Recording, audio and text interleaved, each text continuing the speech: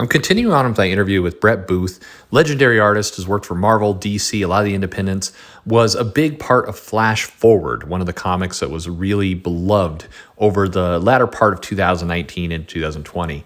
And we're going to talk a little bit about that, about scheduling, about art, and kind of pay rate, talking a little bit about how what's happened with rates for artists and why the drop is actually significant from his perspective, and then finish up a little bit about Flash Forward and kind of some of the creation. This is the second part of the interview. If you haven't listened to the first, I recommend going back and checking that out.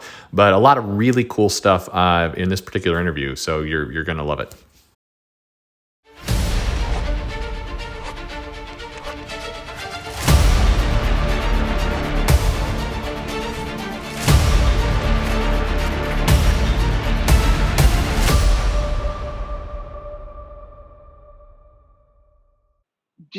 I'm curious, do you have a take? It's been a topic of a lot of discussion where art's concerned about the penciler and the inker in one, just doing all the comics. And I've made the point before, I think some can pull it off, some can't. But otherwise, when it's also combined with a really aggressive shipping schedule, that's often a recipe for disaster for the artist who can't keep up with everything. Do you have a take on it or a way you like to do it? Yeah, well, look, I mean, I will. I know one of the reasons why they're doing it. They're doing it for money. Yeah. The rates have been cut. Rates have been cut across the board for most of the companies. So the new people coming in, especially if they're like from independents, they'll give them a low rate, because they're not used to the higher rates that they used to be giving. This is a secret. And there's some people come in, they're like, "Oh, I got this rate. It's for pencils and inks." I was like, wasn't even my starting rate. Yeah. For pencils. But they need this money to, so they think they can do this. And it's like, well, I've done this, I've done that. But sometimes the schedules can get really brutal, and someone will forget something, or, Thanksgiving is like the worst time of year. Thanksgiving and Christmas is the worst time of year to have a regular book out, because they never, ever, ever put in the Christmas schedule for the scheduling for this stuff. So you always want to, by the way, we need this book a week early. Oh, and the next one, you only have 3 weeks to do. And you're like, oh, no. Of course. So if you have an inker and a colorist, if you're not doing it all yourself, those are people you can fall back on for some of this stuff. Yeah. But I'm lucky enough to actually, work with some good inkers and colorists. So I can rely on them. I work with them for a while now. Ignore them in the Delso, so I just basically just turn pages and I just don't even really look at them as they come through, because I don't have time. It's like I got to get my work done too. Sure. So, and then people want commissions on top of that and this and that, and it becomes kind of a nightmare to just trying to if you have to. You have to count on the editors for this stuff. So, I mean, that's their job. So, I mean, you get a good editor, it does help out. And so, I feel bad for these poor guys who are having to do this, who think they can do it. And realize that maybe you can do it once or twice, Yeah. I imagine it would burn you out quick. Yeah. I mean, I'm used to drawing like 10 issues a year. Mm-hmm. That's like not a big deal, but doing inks on top of that, I mean, that's a whole extra other workload. That, and I've also noticed that it suppresses your artistic growth, right? Because you're just trying to get stuff done. You're not trying to improve. So, I know this happens to a lot of artists. They'll become decent pencilers, and they start inking their own work. So then they to save time. They start skimping on the pencils. Of course. So then they never get better. They just kind of stop. And it's, it's fine. You can have a good career that way. But for me, it's like just constant drive to improve. So, it feels like a trap you can slide into easily. Yeah. I mean, that money. Sure. Yeah. I might be able to make, a couple $100 more on this page or something like that. Or you can just draw another page. Right. So Right. for me, I was like, well, I'll just draw on the page. But if I need that money, I can just do more actual work, but that I normally do. Which seems like, I mean, I wonder, there's a lot of commentary. I mean, one of the things that surprised me, and it's as I've done these videos and I've been online and everything else, I always think, hey, there's usually a reason behind everything. It's not Yeah. necessarily a crazy reason. There's an actual business reason. And a lot of people really get obsessed about, oh, the art's falling, look at the standards. And it's like almost like it's a personal slight against the fans. But in reality, it's seems like a lot of new people entering the industry, lower rates, as you mentioned, compressed schedules, in many cases, people juggling too many things. And in that combination, it's going to be really hard to shine. It's not Yeah. a evil plot. It's just reality. They also have the editors.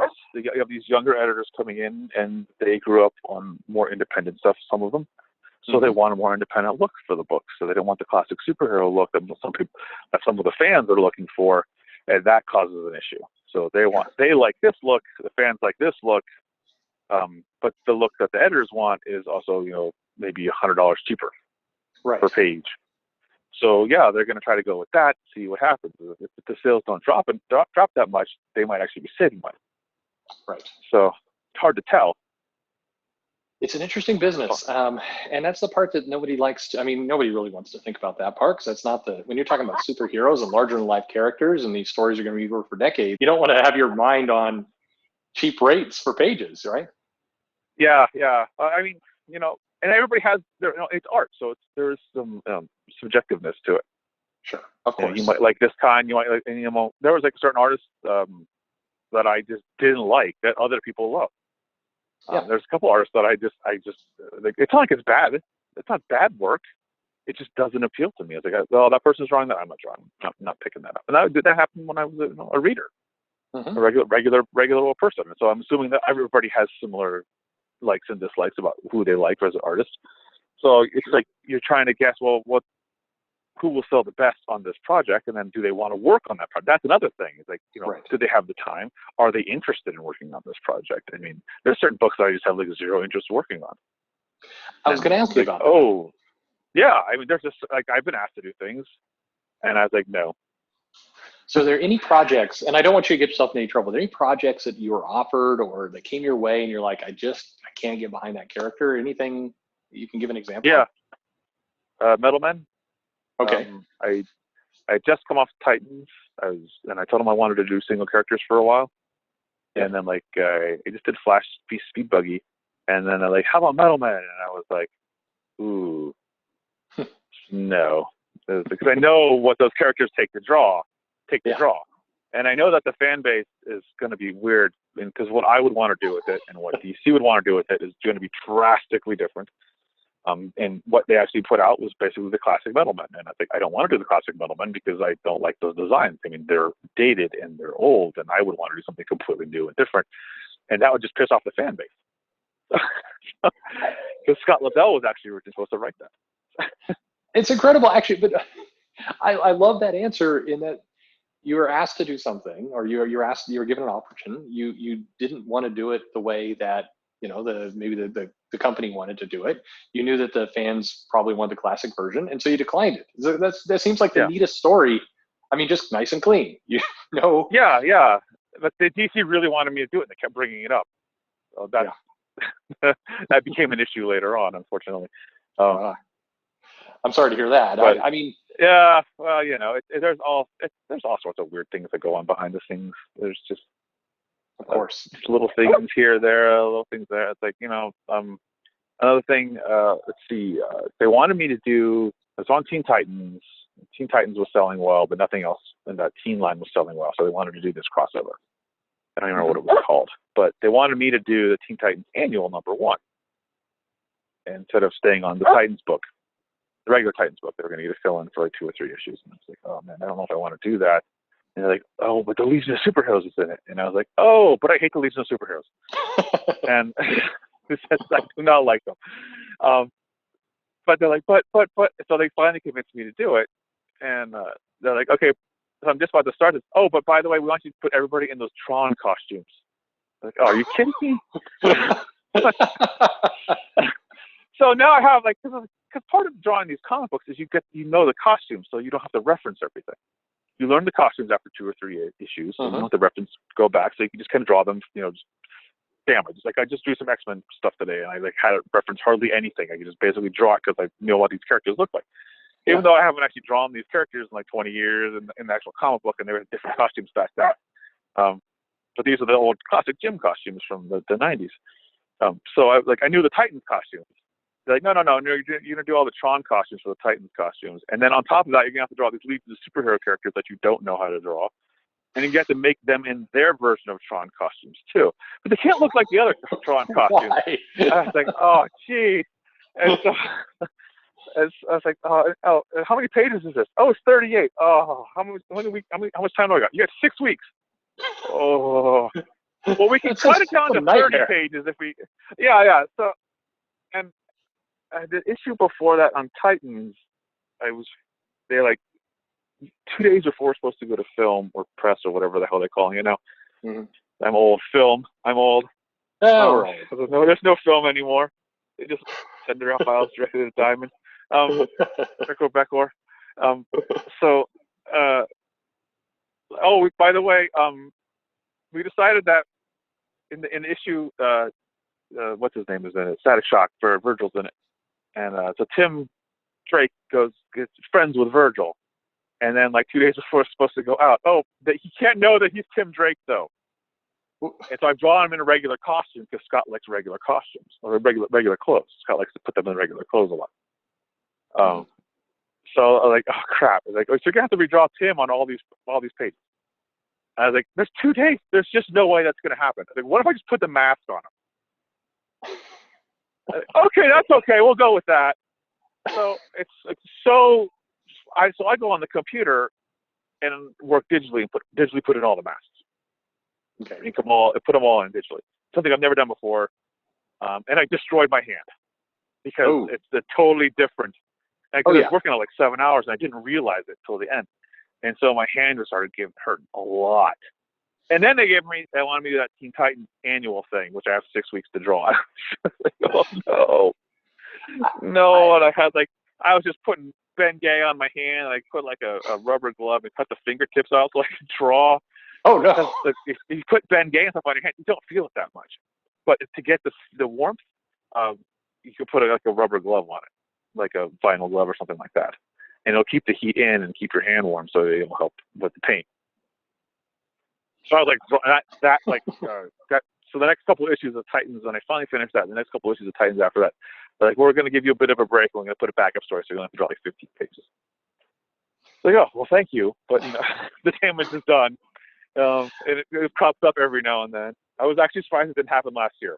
I was kind of worried about that because I did like 14 issues last year. Yeah, you produced last year. I mean, there was a lot out there and memorable stuff. I mean, I don't know. Let's see. I want to be careful how I tip into this because I don't. This is a sore topic, I think, in comics, but it relates to the work you did last year. So after Heroes in Crisis, a lot of fans were, let's say, dismayed with where Wally West was left, and you came in with Flash Forward. And I think I remember the buzz around that book was just pissed. Not that you were on it or Scott was on it, but just the place Wally was in was so they weren't happy. angry. They weren't happy. No, I don't put it on Tom. No. Because I know that it was kind of open. What he turned in was kind of an open thing, and then DC kind of decided to pick on who they were doing. And I know that I think they were trying to do the whole tragedy thing. They love tragedy. Mm-hmm. Barry's, they go back and retcon Barry, so his mom is killed, and then the Graysons are dead. Bruce Wayne's parents are dead. They love that stuff. So I think they're trying, because Wally didn't have a lot of that in his back, they're trying to do something with that. I know that they had plans for the Wally Manhattan thing, something similar to that. They had some concept of that they wanted to do something big with him cosmically for the next crossover. That was what I was told, or at least heard about. So you come in to this book with a lot of negativity on it. And Yeah. DC actually, it's like I'm mapping the emotional roller coaster of DC and their fans. So there's a New 52 Convergence and everything. Toward the end of that, there was some frustration, and then there was kind of the big mea culpa of Rebirth and optimism coming back in. And then we had Doomsday Clock and shipping delays, and we had again, I don't want to wade into Tom King or Bendis or any of these names you hear thrown around a lot, but just let's say some angst around how some of the characters are handled. And then you come on to Flash Forward, I think at just a apex of anger over what they had done to Wally, which is a beloved figure. And you and Scott then pick up that book, and this is why I got into this, is because it was a ton of work you produced last year, and your work, along with kind of the optimistic feel, I think, of Doomsday Clock, were the things people remember in 2019 as I'd say the hope that a lot of really good things were coming. I mean, were you surprised by the reaction you got on to Flash Forward? And I mean, within one issue, there was just such a 180-degree turning point of happiness. Yeah, they were really the fans, the Wally fans really came to like what we were doing. I was really happy about that. I was of course worried. I think Scott managed to pull a lot of stuff off because he wasn't a super fan too. I mean, sometimes that does help, but like you can kind of put yourself outside of things. But because I could put in the little things. Scott would ask me questions, and so I could say, well, the fans are going to like this, the fans are going to like that. The kids were a surprise to me when I got that script, and he calls me up and he's like, hey, DC doesn't want them to be real, and I'm trying to get them to let me make them real. Yeah. And I was like, okay, I'm totally with you because you're going to piss everybody off if you do that. You're going to piss everybody off. So if you need me to back you up on that, I will totally back you up on it. But he managed to pull off. He talks real fast sometimes, so he managed to get the editors on board.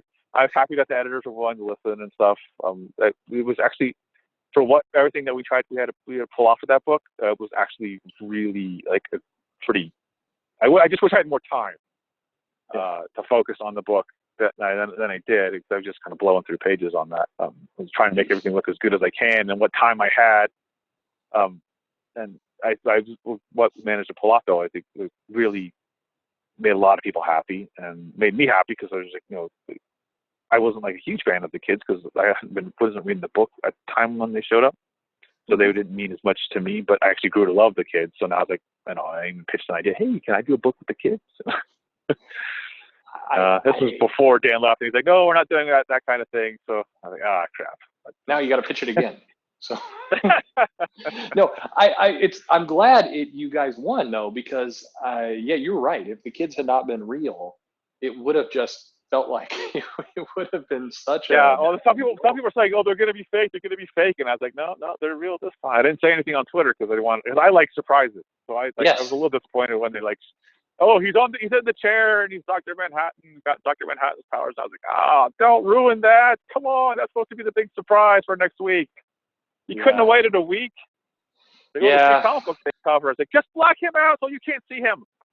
Marvel used to do that all the time. 7 days. You could wait 7 days. And now with free comic book delayed, you didn't even need to do it at all. Yeah, yeah I know. Oh, but I'm glad you guys won on that. Hey, so tune into part 3 here.